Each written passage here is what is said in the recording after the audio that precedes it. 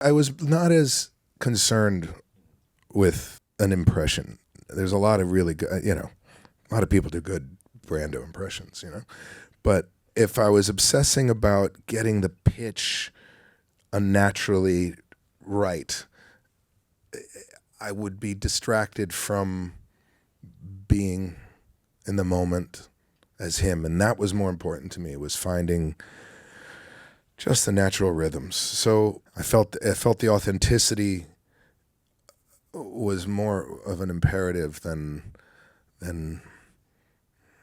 a parlor trick.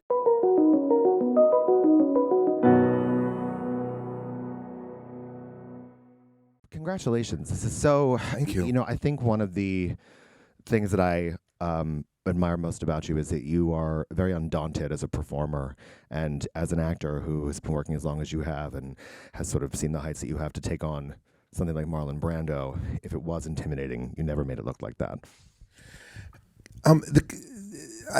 Early on, I figured the only way to approach this seemingly, impossible task or daunting task was to approach it as he would, which would be to not really give a shit.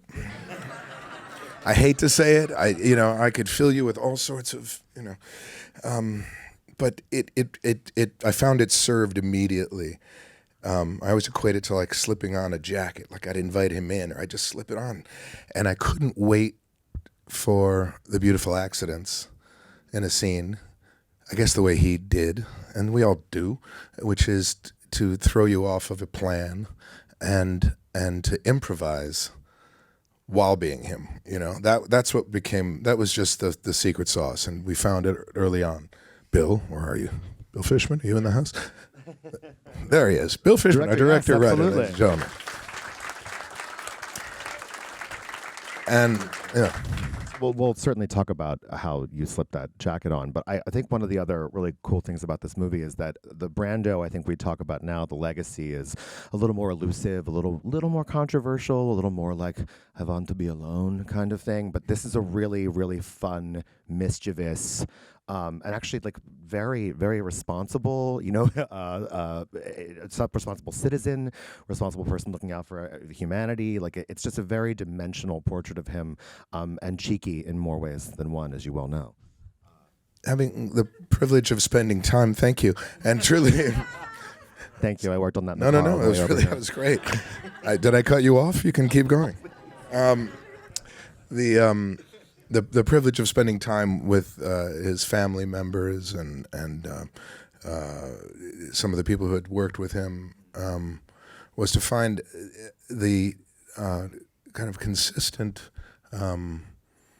stories of a curious man, of a trickster, of a joyous and funny, smart, complex, and full of contradictions, like all of us, by all means. But it was his practical jokes and his love of people, and things, and his curiosity, his deep curiosity, that was just so interesting to approach. And his legacy was pretty marred with a lot of trauma, certainly at the end, and it was part of our duty, I think, to reclaim it in a way and really shine a light on what was so surprising that we'd found about him, was his intense understanding of the human condition and his amazing capacity for empathy and equanimity. He just didn't understand division between race or gender, or he was just like love all, serve all. He just didn't quite get it, and was doing some of his most profound work in the throes of some of our darkest hours in America. Dealing with nothing but division and prejudice, and he was unflappable and walk the walk.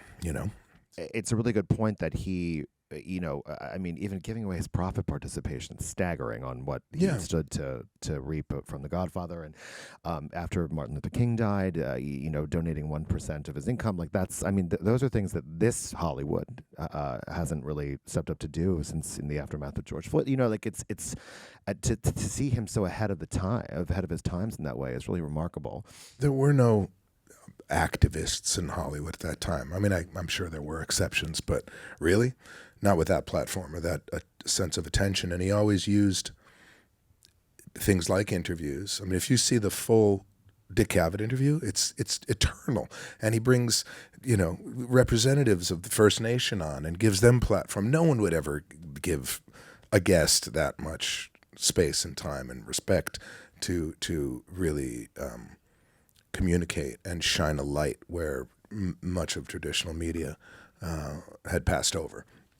So he always, no good deed goes unpunished, I guess. And he was always, it was assumed, even when Shashin did the acceptance speech for him, you saw the effect. We didn't know. It was only after researching it that we find out that it had a direct effect on a ceasefire.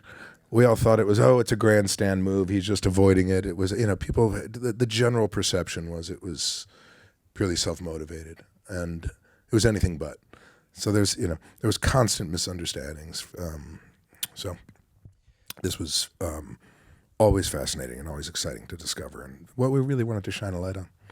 What do you think he was most compelled to in terms of a sort of helping or taking on that responsibility, especially when it comes to, sort of like saving the planet and being a conservationist and especially trying to fund innovation in that space too at a time when probably wasn't popular or even really a concern? Well, I mean, discovering he was, quite likely the godfather of the environmentalist movement was a great surprise. Our approach to the functional media behind this, we wanted to always make, agreeable cinema, which I think is really refreshing in a let's say a predominant, or I'm gonna call it a marketplace, but there's a lot of drama out there, and there's plenty of it. Not my favorite kind of entertainment. I don't know. We wanted to make a cool drink of water, an oasis, and that just trips along, is filled with pleasantries and some nice information. We knew that from a functional standpoint, we wanted to bring two audiences together, those that were curious about Marlon Brando and were to be ever more curious and learn something about them, and people who really cared about the environment. And this is usually a generational gap. There'll be obviously the older generation might be curious, more about Marlon, and certainly the younger generation have been, marching on Washington, demanding the older generation do something about the legacy they're inheriting. And without being preachy, the key was to bring this conversation to bear by shining a light on origins around activism on the subject, which just happens to be what was going on behind the scenes of The Godfather and Last Tango in Paris. I mean, it's crazy. It was just such a beautiful, it was a gift, and I credit Bill for finding this amazing book by Bernard Judge, which was quite clinical for the most part. It was very detailed, but I credit Bill with really finding a way to dramatize it and make it funny, and that's what we always wanted to do, is keep it light. It's an important subject that needed to be approached, but if you can approach it like Aristophanes would, which was the Greeks knew functional media. It wasn't media, but functional storytelling. But by all means, have fart jokes. It was keep it accessible. Take it to the people. So we'll get to the fart jokes. I recommend the frogs and the birds. Great play.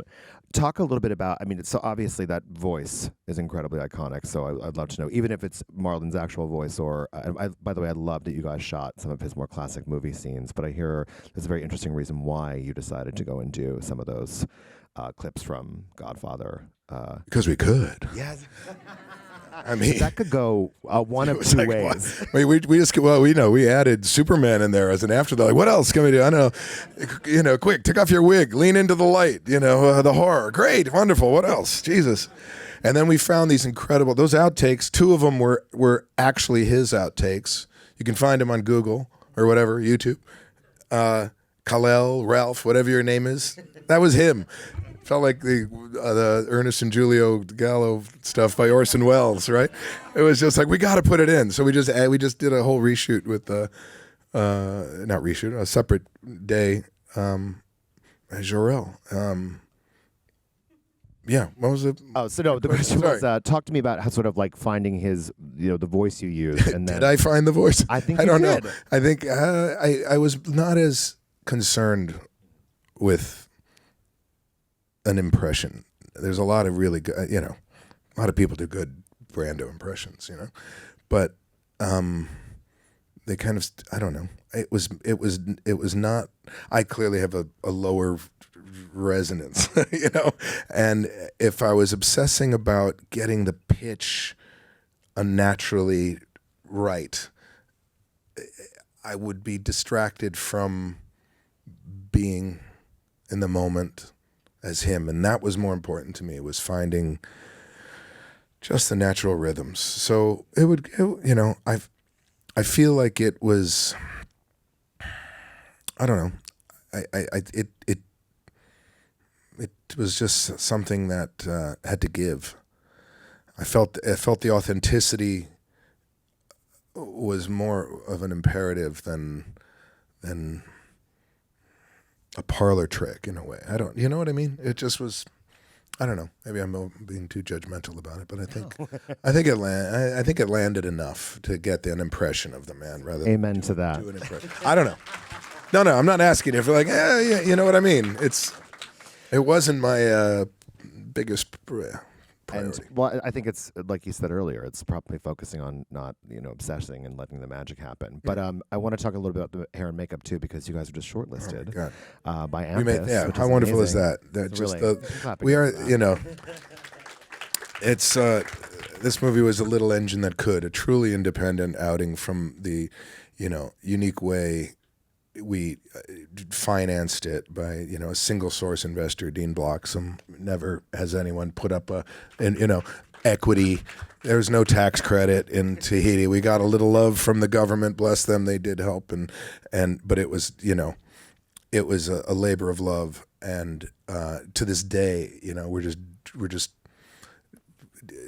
dragging it across the finish line, kicking and screaming like, we are definitely the dark horse, but everything about the process has been completely consistent with his ethos. Do you know what I mean? It's like the Hollywood movie by being, I don't know how to put it. We're just bemused by the process more than anything. We're like, well, it's, I guess, how, But it wasn't like 6 hours in a chair, right? the makeup. We're talking about hair makeup, makeup. weren't we? Sorry, went down the rabbit. Jeez. The makeup was phenomenal. Godfather makeup we had the exact molds that he used, and that was the makeup and appliances he had, which is a little on the cheeks and for the most part, that was the most makeup we wore. Old Godfather, the most, I should think, and then Don in the chair was a little less. Those two scenes, and the rest was just a nose appliance and a wig. We didn't do anything else. It was just Easy peasy. And but I'm sure. it was impactful. They did beautiful work. Beautiful work. Did anyone else feel like watching this? You just made the wrong choices in life, and we should all live in Tahiti? Because I just Oh my God! I have to say, it's 3 hours ahead of LA, which makes doing calls and business really convenient. You can call Europe, New York, do your business in LA, and hit the beach by 11, and your day is it's pretty incredible. It's 8-hour flight, Air Tahiti Nui, best kept secret. If you need to fly to Europe, there's pretty much an empty carriage going back on the way to Paris. So it's a really nice way to fly. I highly recommend it. I'm doing that tonight, actually. No, Do it. I need to. It's a great way to fly. Talk about a little bit, if you could, just using that island or that entire space as just a asset to the production and a character almost. Well, Tetiaroa and what it it is today is phenomenal. Richard Bailey, who picked up the work and really delivered it, and delivered upon Marlon's vision. Ultimately, it was an imperfect science in the 70s. They were trying, they were stumbling their way through. The vision was there, but we're going to get this right.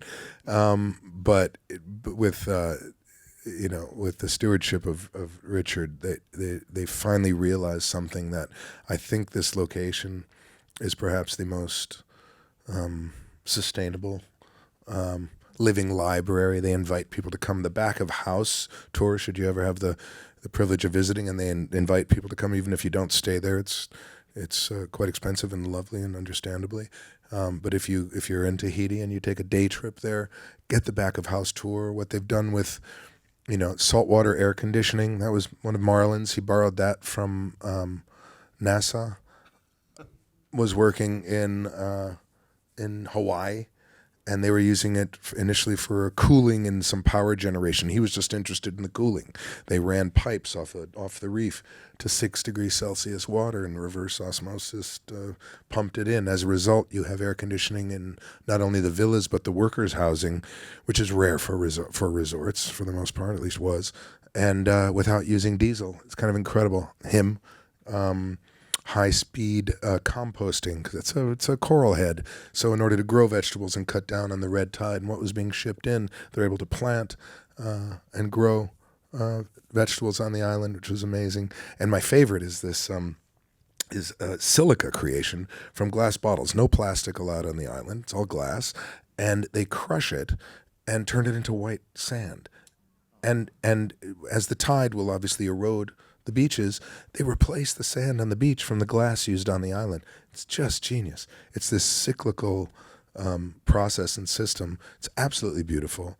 But the fact that it exists as a result of his initial vision and what he had foreseen is just genius. It's just phenomenal. And that's, it's a testament to holding on to, certainly your convictions and putting your money where your mouth is. It's the pearl of the Pacific.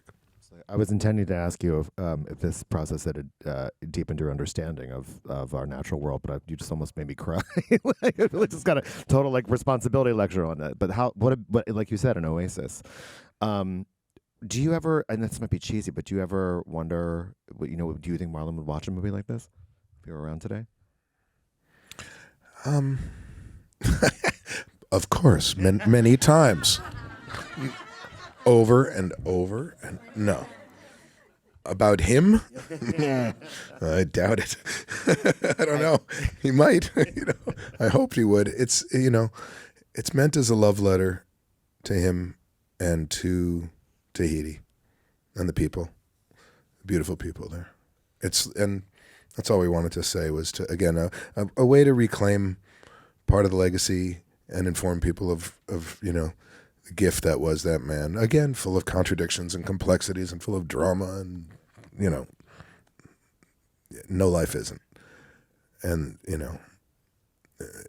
biographies and films and other stories articles could go deeper into it. A myriad of flashpoints and milestones in a life's trajectory. We were selective intentionally and subjective intentionally, because there was just so much there, and we wanted to just drop a love bomb.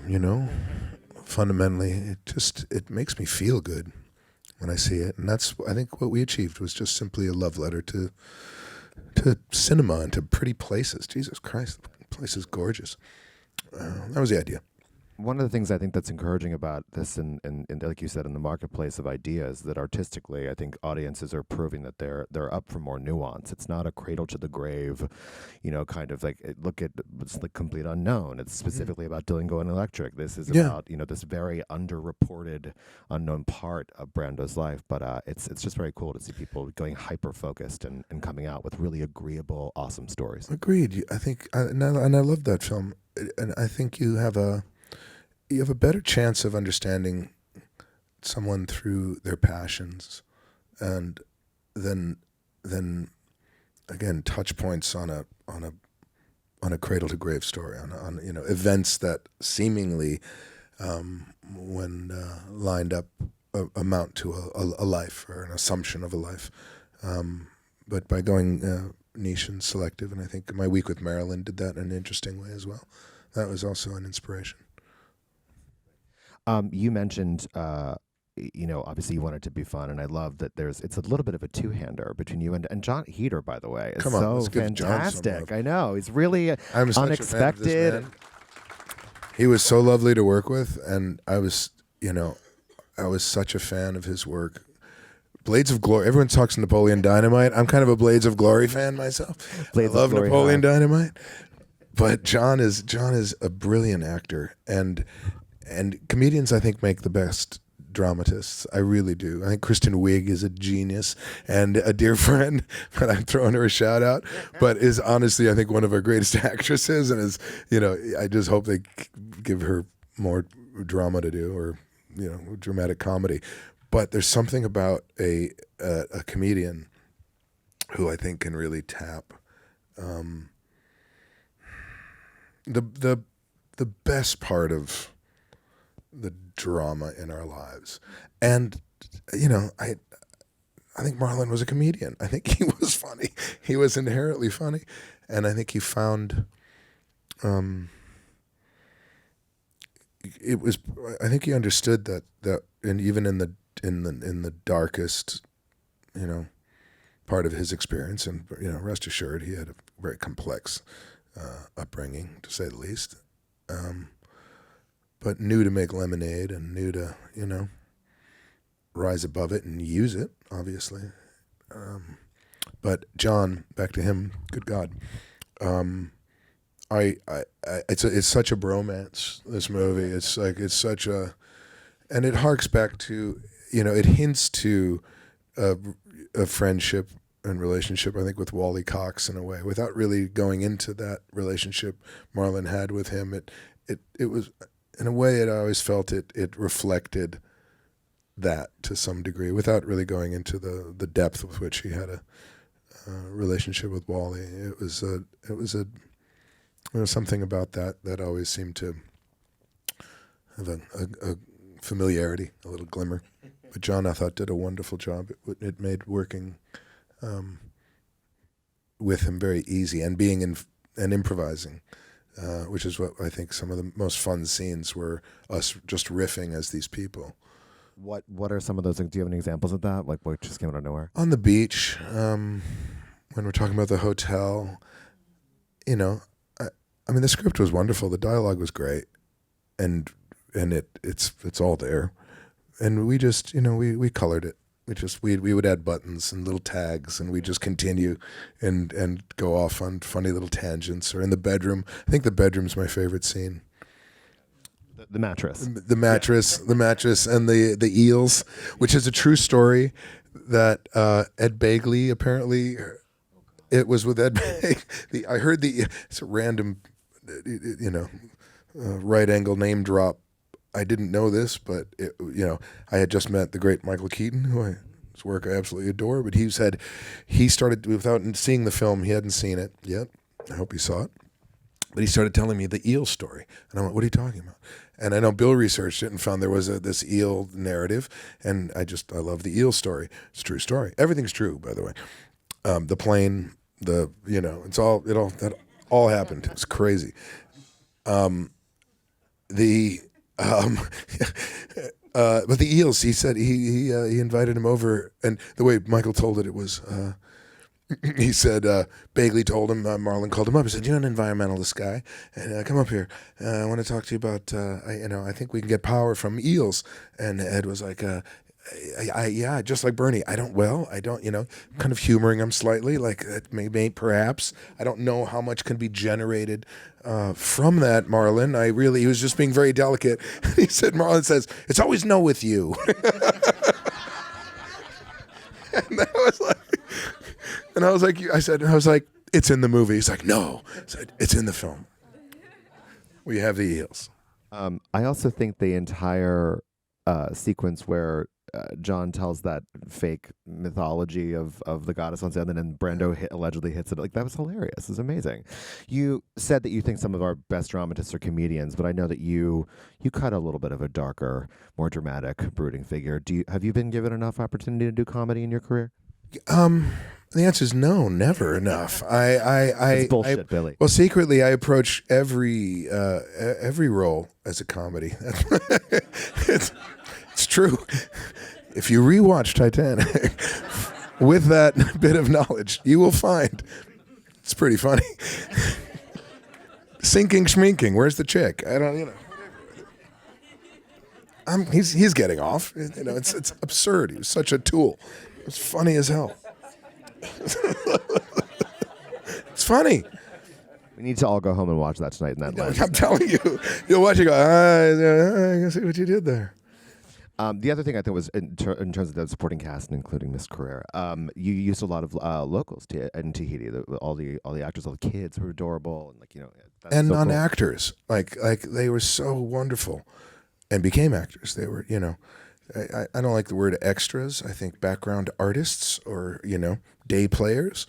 Not a big fan. There's nothing's extra. They're all everyone's an actor, and we worked with them as actors, and you give backstory, you give presence, and as a result, you get incredible asides. The guy who says, he said, "Fuck it," and I need my hat. It's the best line reading the movie. It's like, I just love that. I love that dude. It's funny as hell. He and Tia steal the movie. I don't know. Best laughs in the film. So fuck it. I'm sorry. It's just my fourth husband. She did. That was Tia's line. Tia wrote that line, and she's a great writer. It was genius. A true queen. Yeah, they were. They were just. I guess it's something about the national character, that you just inherently find. A